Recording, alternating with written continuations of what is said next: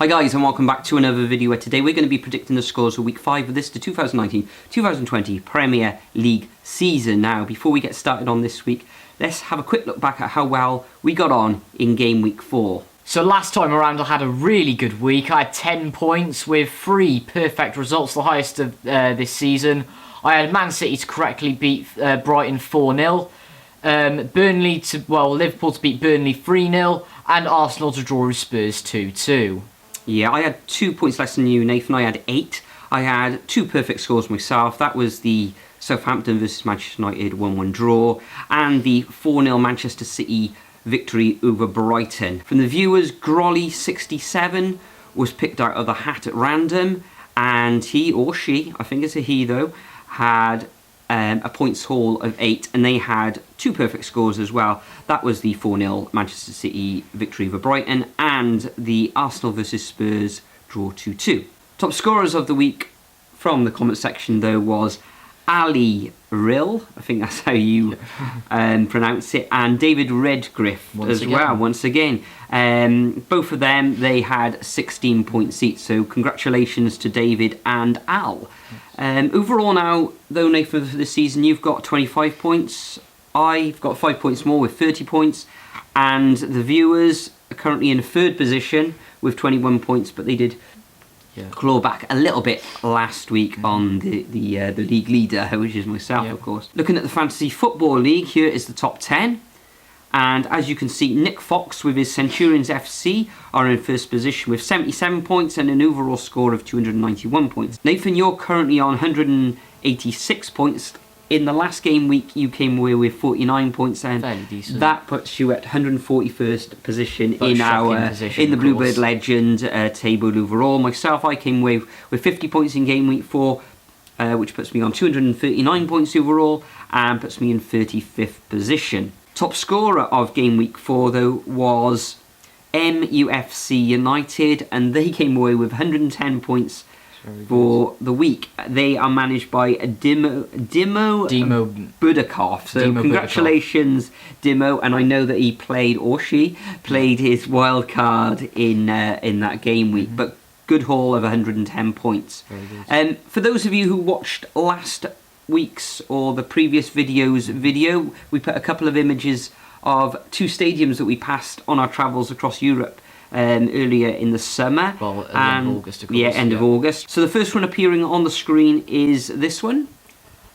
And to be honest, in the comments section, loads of you guessed so many different answers. Yeah, I think there was only one who got it right, actually. Yeah, so shout out to you if you got this one. This was a very tricky one to get right, especially when we had to crop out the sign-in of the stadium as well, because it was really clear on there.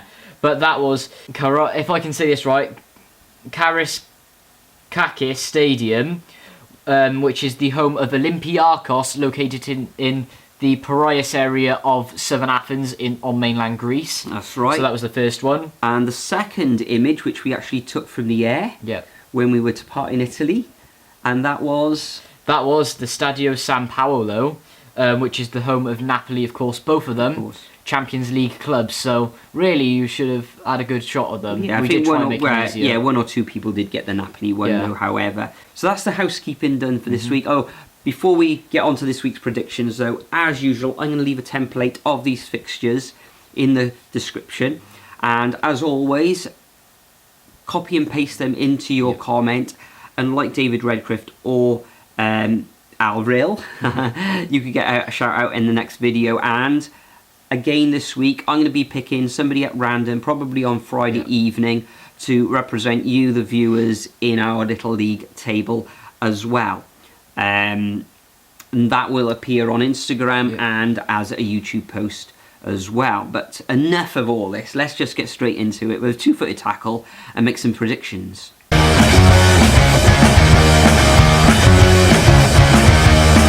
Okay, so first up we have Liverpool versus Newcastle. Now Liverpool, 4 wins from 4, playing really well. Robertson's knocked off a bit, but Alexander-Arnold's doing extremely well. Complete opposite of what happened last season, of course. But looking at Newcastle, they drew their last match and they won the match before, which was really good. I believe they drew last time around to Watford, which was a very good result. And of course, Javi Gracia got sacked for that. We'll come on to that later. But I can see Anfield, Liverpool, standard win 3-0. Yeah. Salah, Mane, Firmino, easy. Probably. I'm not sure if Salah actually played I don't during think he this did, international break. Rumours of, I don't know, I haven't actually done the research on Egypt this week. Been a bit stuffed up with a cold, as you can probably hear. But yeah, Liverpool at home against Newcastle. Can Newcastle's defence hold out against the firepower that Liverpool have got? I'm not so sure they can. They've come off the back of a couple of good results, though. Newcastle and Liverpool getting their first clean sheet in the previous fixture, which was a good away win against Burnley, of course. So yeah, they went away 3-0. I think it's going to be a standard 3-0 victory to Liverpool in this match.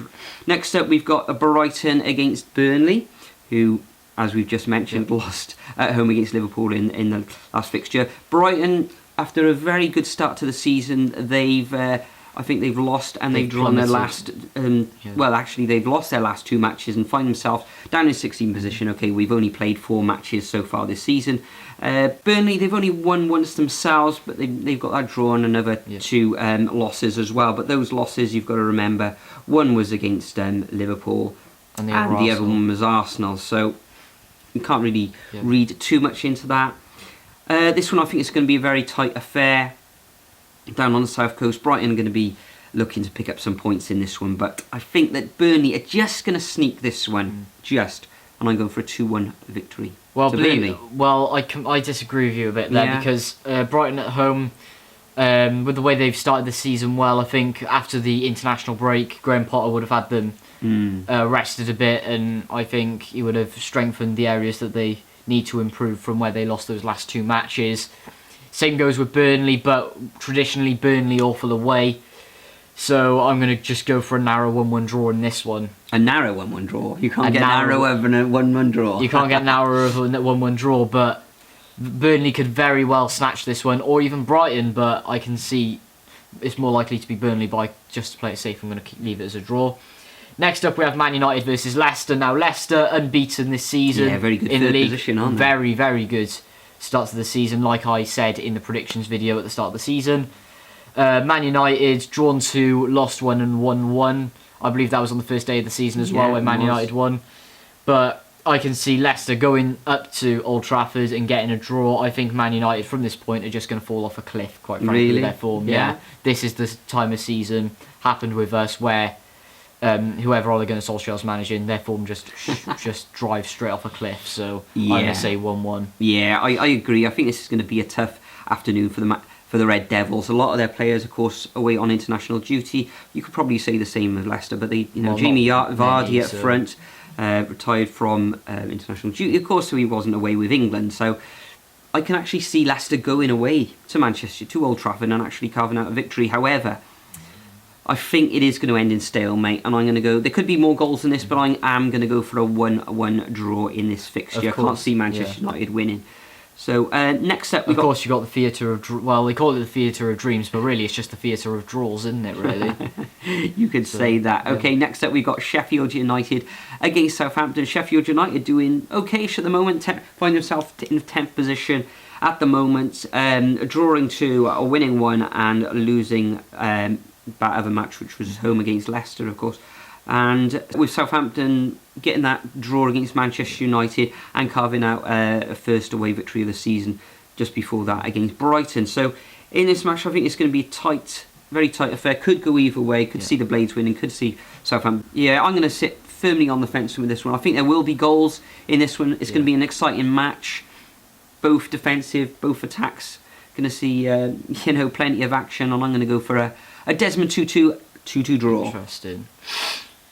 Well, I reckon this will probably be one of the matches of the weekend, just with each of the team's style of play, especially Sheffield United's. That I just like their style of football, really, and the way they press on and go on straight on the counter attack with some of their players as well.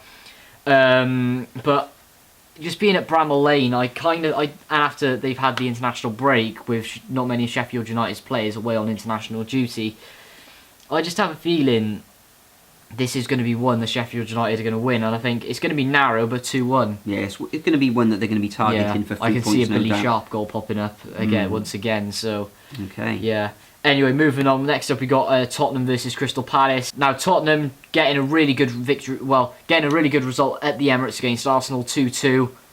Well, when going to the Emirates, if you can get at least a draw or a victory, that is a fantastic result either way, especially in a North London derby as well. I think Arsenal should have won that match, but there we are. They should have, but it's still a good result for Tottenham, of course. Then the match before, don't even mention about what the catastrophic performance against Newcastle the week before then. Looking at Crystal Palace. 4th position, doing very well at the moment. Doing very well. 1-0, beat Aston Villa 1-0. Thought that was a good result as well. And I think they've only lost once this season as well. Zaha performing very well. Townsend, and really coping with the loss of Aaron Wan-Bissaka, of course. It seems they've pushed on since he's wanted to move to Man United. But because it's at the new Tottenham Hotspur Stadium, I can actually see Spurs carving out a 2-0 solid victory there. Yeah, I think Spurs are going to win this one as well. It's going to be a hard-fought victory. Yeah. Crystal Palace don't concede that many goals. They've only conceded 2 this season so far in those 4 games. But I think Spurs just going to have a little bit too much for them. A lot of their players been away on international duty, should be full of confidence. I think they're just going to have that little bit too much for Crystal Palace in this one, and I'm going to go for a 1-0 victory to Spurs in this fixture. Next up, we've got Wolves against Chelsea. Now, this is a very interesting match to predict. We know that Chelsea full of youth now at the moment. We've got Frank Lampard in charge. Wolves sort of doing okay. I think they've drawn all their matches, haven't they? And they lost last week. Oh no, that's right. They've drawn 3 and they lost to Everton. They lost narrowly, to Everton. Very narrowly. Yes, it was. But they are at home. I think they're going to cause Chelsea problems. They're going to want to get back to winning ways, and I think they will. I think they're going to upset Chelsea in this one, and I'm going to go for a 2-1 victory to Wolves in this match. I actually agree with you there. Chelsea fans, we're just looking at the performances before the first international break, of course. You just, with your 2-window transfer embargo, losing most of your senior players, playing youths, and with Frank Lampard in charge, you just got to kind of write off this season now. Take wherever you'll finish. Anything above 10th is good. I think, was it 2? They were 2-0 up against Sheffield Utd, or was it 2-1? It was 2-0, of course, and then they came back. But I think Lampard just needs a season, get used to the job while they can't sign anyone, experiment, and then really push on for the next season when they can spend money. But Wolves, they need to get back to winning ways. Europa League's not on for a few weeks now, so they should, and they've had the international break, so they should really focus. Well, a few of their players, the league for quite a few players have been on international duty, though. Of course, they have with Portugal mainly. Mm-hmm. So, but I can actually see Wolves winning this one. I think it's going to be a narrow 1-0 win to Wolves, of course. Next up, we have Norwich versus Man City, and this is on Saturday night football or Saturday evening football, tea time football at Carrow Road, of course. Now, Man City, second position. I believe they won last time around to Brighton 4-0. Just a standard Man City win there. They're looking strong.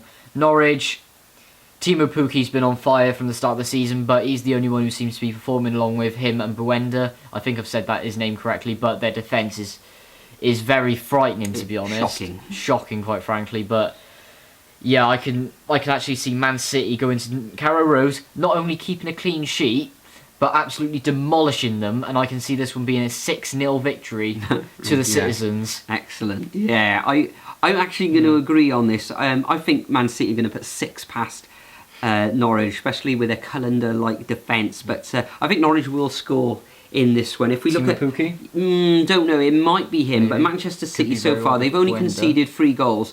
But out of those 3 goals, they have kept 2 clean sheets as well. One away against West Ham and one against one at home against Brighton as well. But if you look at the teams they have played as well, Brighton, it was against Tottenham and West Ham, which that's always hard to keep a clean sheet against, and especially with the circumstances as well with VAR. And of course with Bournemouth, they couldn't really do much about the goal that they conceded because of that Harry Wilson worldie. So you got to write that one off there. Yeah, but I think they will. I think Norwich, they gave Liverpool a few problems, especially in that second half back on the first day of the season. So Liverpool, I think Liverpool think they've got a better defence than Manchester City, and I think they will concede. But I am going to go for that 6-1 victory to the Citizens in this match. Next up, we got Bournemouth against Everton, and this is the first of the Sunday afternoon fixtures taking place at 2 o'clock. Bournemouth find themselves in 15th position, and Everton find themselves in 6th position at the moment. A fine victory in their last fixture against Wolves. Bournemouth losing the last 2 matches. Coming up against Everton, I think it's going to be a tight affair. Everton sometimes travel well, sometimes they don't. But I think Everton, Bournemouth rather, I think they're going to be a bit dogged in this one, and I'm going to go for a 1-1 draw. Yeah, well, I can actually see Everton. Well, they have been playing well recently, up and down form, winning one, losing one, winning one, of course. They did get that victory last time around against Wolves. Against Wolves, thought that was a really good win, especially at home. But I actually think Everton are going to travel well in this one. 2 o'clock on a Sunday, of course, on Sky. They're going to travel to Dean Court, and I can see them grinding out a nice 2-1 victory. I think either Callum Wilson, Harry Wilson. If you watch this program called Friday Night Dinner, 2 Wilsons.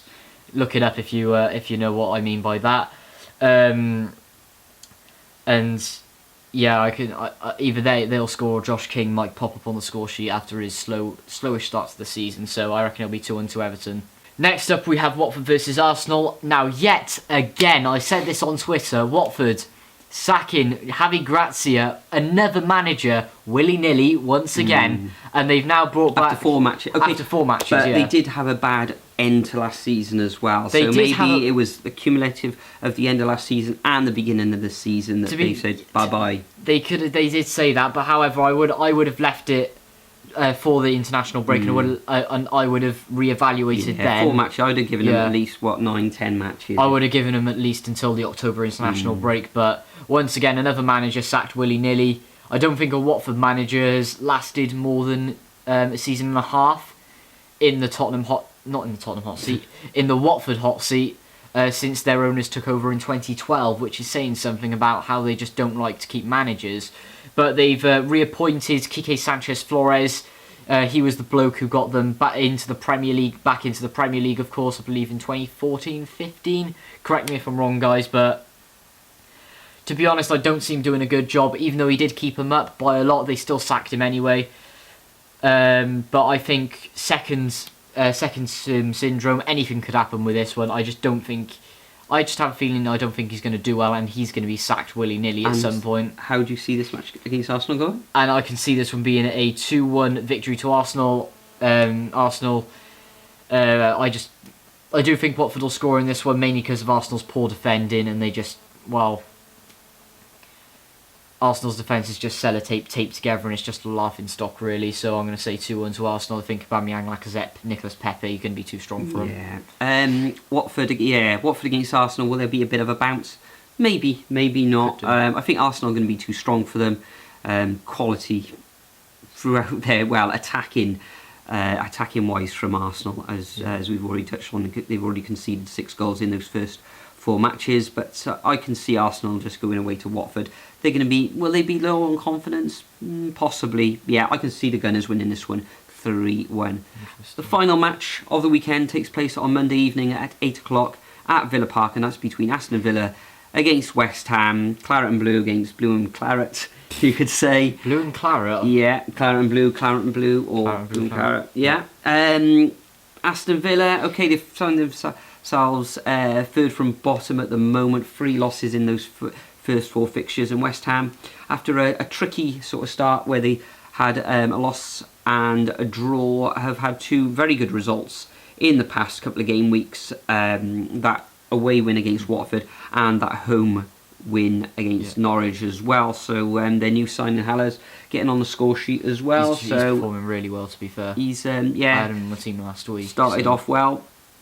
In this one though, can Aston Villa Monday night under the lights, can they get anything? I think they can get something. I think they can get a goal, and that's one goal. But I think West Ham are going to go there. They've got quality throughout their ranks at the moment, and I can see West Ham going there and just pipping the Villa in this one. I'm going to go for a 2-1 away victory. I disagree with you a bit there. I think Aston Villa have time. Dean Smith, he's a really good coach. I think they've had time to rejuvenate and see where they can improve, looking over the 3 losses that they had. And I think they'll be able to work stuff out, maybe getting more balls through to Wesley, of course, their new striker, and sort of integrating those new signings that they really need to do. West Ham star quality everywhere, but on a Monday night, this is going to be a high-scoring game, I think, but I just think Villa are going to be too strong at home. Villa Park, absolute fortress against West Ham, and I think it's going to be Desmond Tutu's 2-2. Okay, so that concludes our predictions for Week 5 of this, the 2019-2020 Premier League season. As usual, as I said earlier, I'm going to leave a template of the fixtures in the description, and as usual, if you copy and paste them into your comments, and like the guys last week, Redgrift and Ali Real, yeah, you can get a shout out in the next video. And as I said, on Friday evening, I'm going to choose somebody at random to represent the viewers for game week 5. But for now, anything quickly before we go? Well, of course, Javi Gracia gone now. Yeah. We always do this when a manager goes. Who is the next one to go? Who's the next one? And explain your reasoning. I don't think... No, I can't see anybody. You can't see anyone? At the moment, no. I don't think there's going to be many managerial changes now, really. Even Norwich, if they go on a bad run, or Norwich won't sack Villa, Daniel Farke under any circumstance. I can't see anybody, really. Nobody, really, at the moment. Well, the only ones I was thinking of is... Well, this is my thinking about it anyway. The only ones I can see going after this are... Quique Sanchez Flores. I can see them sacking him willy-nilly by Christmas if nothing happens. Once again, Watford. Apologies, Watford fans, once again.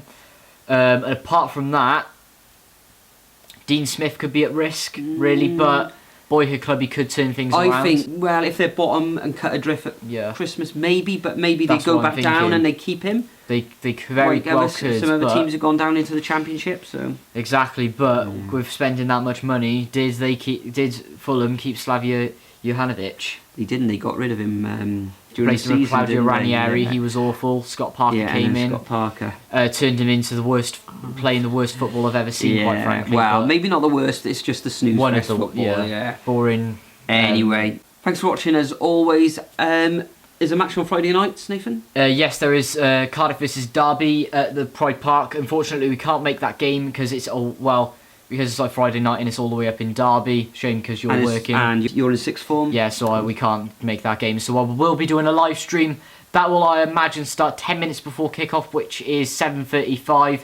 So if you haven't subscribed to my channel, link in the description below.